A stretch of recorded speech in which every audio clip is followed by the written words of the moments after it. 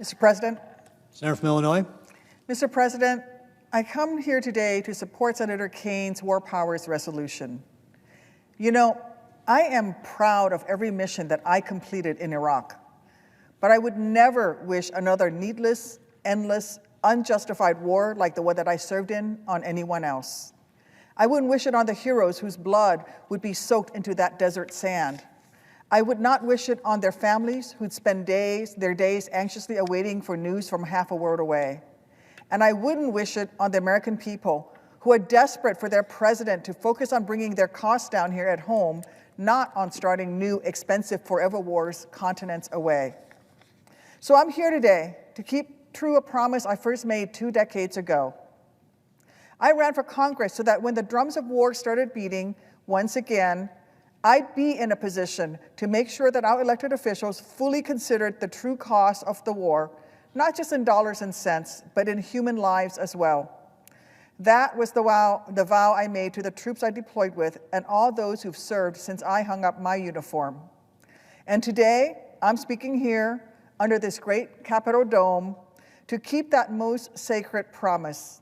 Because sadly right now, American service members are already in harm's way, 6,000 miles east of what could be yet another preventable war. These troops are ready to do their jobs no matter what, just as they've done time after time, tour after tour. So to me, it is tragic that even as they prepare to do their jobs, our president and certain members of this chamber seem so ready to neglect their own. As we all know, on Saturday morning, without any known imminent threat to America or American interests, Donald Trump launched an illegal military campaign against Iran. Look, I want a democratic Iran, and I want to see the Iranian people free from the iron grip of its brutal authoritarian regime. And I'm not about to shed a tear for the Ayatollah's death. He was no friend of the United States, nor to his own people. He was responsible for the brutal murders of thousands of his own citizens in just the past few months alone. However, my first concern is always going to be the national security of the United States. And I'm troubled because of the consequences that are sure to come because of Trump's actions. Our troops and Americans all around the world are at greater risk because Trump wanted to thump his chest and look like a tough guy on TV. For no real reason he can explain, Trump is marching us closer and closer to another costly, bloody, protracted conflict, a war without any defined end state, and even without a concept of a plan for how to prevent the chaos and instability that will come next. Far from making America greater or better or stronger, or whatever new adjective he's using this week, Trump's actions have made our nation and our allies less safe. He's made them less secure. By continuing to strain our military with wars of choice, Trump is handing a gift to bad actors like Russia and the PRC, as his never-ending chaos makes it harder for our armed forces to focus on defending our critical interests in places like the Indo-Pacific. So no, Trump's actions over the past 72 hours or ever haven't put America first. They've made the situation for America worse. The sad fact of the matter is that what we're facing today is in large part a manufactured crisis. Iran is no ally of ours. We've been adversaries since long before Trump took office. And I have always condemned their proxy activity and ballistic missile program. And I certainly agree that they cannot be allowed to obtain a nuclear weapon.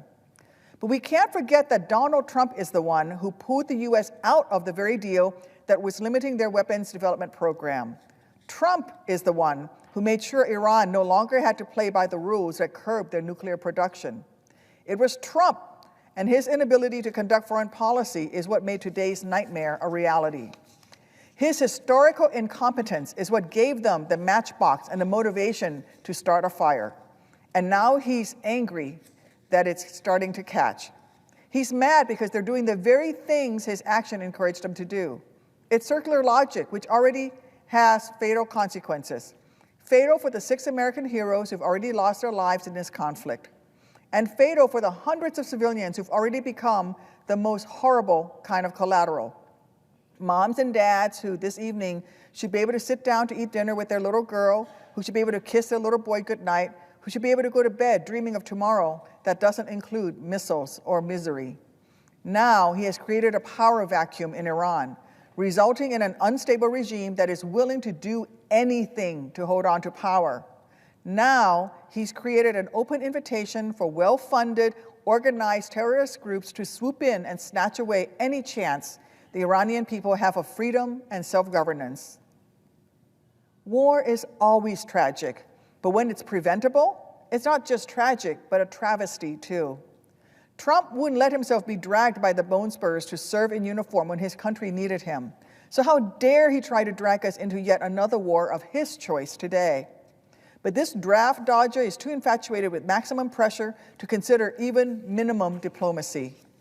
Once again, the Trump foreign policy doctrine has proven reckless, senseless, and dangerous. A doctrine in which fact and fiction are one and the same, and one in which avarice outweighs advice every damn time. It's shameful, terrifying, that we have a commander-in-chief who seems to come to military decisions by virtue of temper tantrums and announces them via tweet. A president who doesn't seem to care that if he keeps to the path of fire and fury that he's been treading, our own homeland will be in greater danger. More wounded warriors will be sent to Walter Reed, and more fallen heroes will be laid to rest in Arlington. A president who's so obsessed with being the tough guy that he doesn't seem to care. A president who's happy to squander the lives of our heroes for his own personal gain.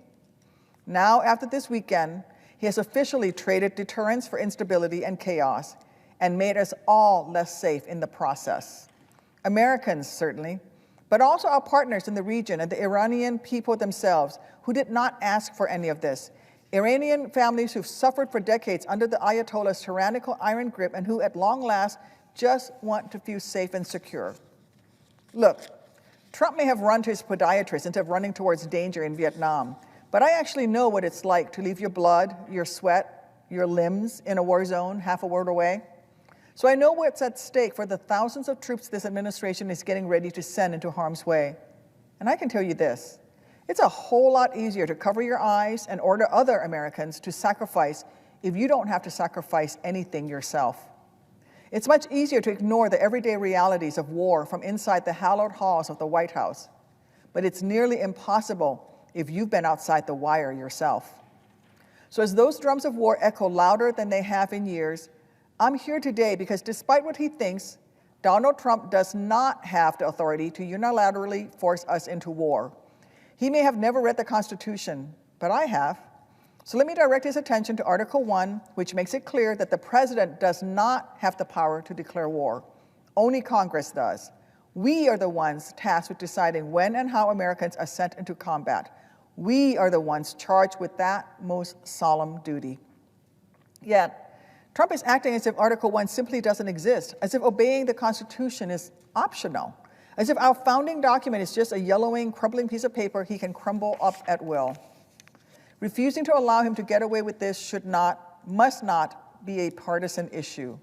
No matter if you're struggling to pay rent or your name is plastered in fake gold on a building on Fifth Avenue, no one can ignore the Constitution. No matter if you're a Mar-a-Lago worker pulling double shifts or the President of the United States, no one is above the law. Look, I believe there are certain solemn, urgent times when our military must be called on to defend us.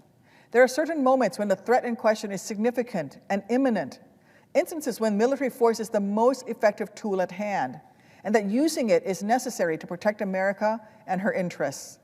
The thing is, from what little information Trump has shared publicly so far, this is not one of those times.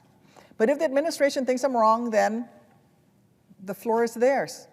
We're only a 20-minute walk from the White House. It's not that hard to find us here. We're the building with the big dome on top. If they actually believe that this war is justified, then they need to come to Congress and do their jobs, explaining their case and giving the American people a say through their elected representatives. They need to respect the American people enough to actually tell them why they're being forced to bear the cost of this conflict, both in dollars and cents and daughters and sons. The White House needs to respect our service members enough to prove why war with Iran is worth turning more moms and dads into Gold Star parents. They need to prove that they've thought this through enough that they can tell us what an end state in Iran would look like. Then, when their case has been made, when Congress's debate is done, we in this chamber must vote. It's our duty. It is our burden. It's the least we can do for those willing to sacrifice everything to safeguard our democracy. But if the Trump administration refuses to do that, if they refuse to adhere to the first article of our Constitution, well then it begs the question, what are they hiding? You know, this week we'll vote on Senator Kane's War Powers resolution, and I'm well aware that many of my colleagues are claiming to have a difficult time deciding how to vote. To them, let me say this. We ask a lot of tough things of our troops and military families. Serving in a combat zone is hard. Hugging your husband or your wife, your father or your daughter for the last time before they deploy, not knowing if you'll ever see them again, that's hard. The least we can do here in return is ensure that we senators take our duties as seriously as our military men and women do theirs. So to my Republican colleagues, please, think about the fact that Trump cared so little about your beliefs on this matter that he willfully, illegally circumvented our chamber entirely, preferring to sow chaos and fear, leaving Americans in the lurch and their elected representatives in the dark, choosing to start an unlawful war rather than simply ask for your expertise, for your constitutionally mandated vote. And think about that Trump still has not been able to tell us of an imminent threat to American interests that would have actually required military action anywhere near this scale. And then, after reflecting on all of that, all I'm asking is that you vote for what you know is right. Moving forward, I'll come back to this chamber every afternoon if necessary to remind the nation of the hard lessons learned the last time a president rashly sent our sons and daughters into another unjustified war in the Middle East, trying to ensure that this time we do right by our troops, trying to ensure that this time we actually fully, soberly consider the consequences of Washington's decisions on those who serve and their families. God bless each and every one of our troops who are in harm's way right now. Thank you, and I yield the floor.